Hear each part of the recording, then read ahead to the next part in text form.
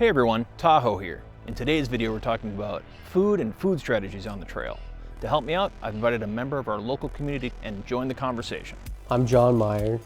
My trail name is Two Soups, and yeah. Hey John, what's your cooking strategy on the trail? It varies from trip to trip, depending on how far I hike. If it's a short trip, I'll bring more hearty foods like steak or chicken. I really like to just cook it in the fire if we're allowed to have fire during that time of the year. In Tennessee, it's not really a big deal. It's usually pretty good, but out west, you might not be able to have a fire, so you got to bring some kind of stove. Tell us about the specific food that you bring on the trail. Cup of noodles, or light packs of dry goods, and just snacks. Beef jerky, peanuts, trail mix, that kind of stuff, just something to munch on throughout the day. And I try to eat it, you know, not all at once, just kind of take little bites throughout the day to kind of rekindle my energy throughout the day. Do you have a favorite meal you'd like to share?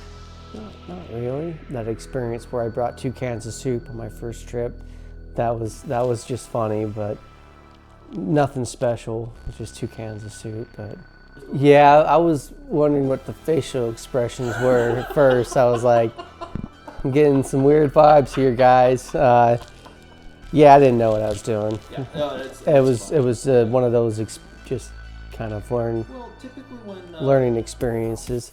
Had jeans on. That was miserable. The whole, yeah. Where do you buy trail food? And most of the time, I just go through my cupboard, and whatever's been sitting there, I just take that. I don't really go buy Mountain House meals or anything like that. Occasionally, I'll buy one on a trip, but you know, it's just easier just to kind of take what I have and just utilize whatever's in my cupboard at the time.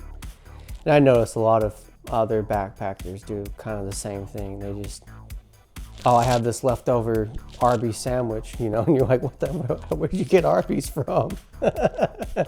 It's kind of the same thing, but. What are your go-to items in your pantry? Top ramen and cup of noodles and things that are light. No canned stuff, it's too heavy. Go as light as you can.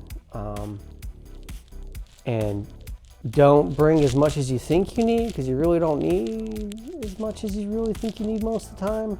And you end up packing a bunch of stuff out the next day. Do you shop at any specialty stores?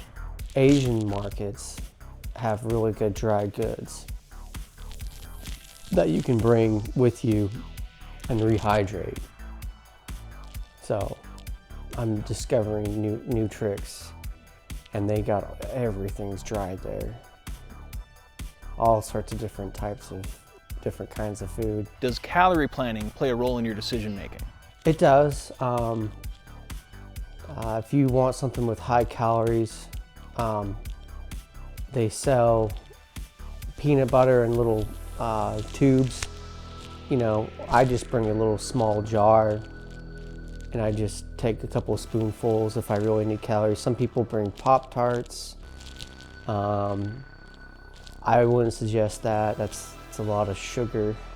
Same with peanut butter, but it's a little bit better of a, you know, it's not processed sugar like Pop-Tarts, but yeah, you definitely need to eat more calories when you're hiking. You can feel it if you don't. And it's definitely miserable, and you can kind of start to get a headache. Do you bring anything to drink? If you're a caffeine fan and you like energy drinks like me, bring plenty of coffee. Tell us about that coffee setup. I have something that attaches to my cup, and I just take the grinds, I put it in a little Ziploc bag, and then I just pour hot water over it.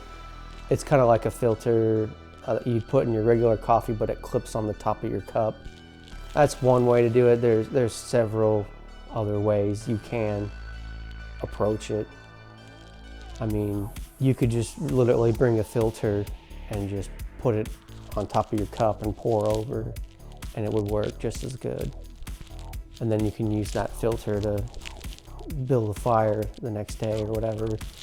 John, thank you for joining us and sharing your experience today. On a personal note, I've been experimenting with pantry cooking for the past 2 or 3 years. At the same time, I've been buying a prepackaged meal here or there, and now I have a giant pile of them in my garage, and I have been informed that I need to reduce the size of that pile. So this year, I'm doing some prepackaged meals. If you have a food story you'd like to share, or some tips about strategy and planning for the rest of us, please leave a comment down below and join the conversation. If you're in the Nashville area, we look forward to seeing you on the trail.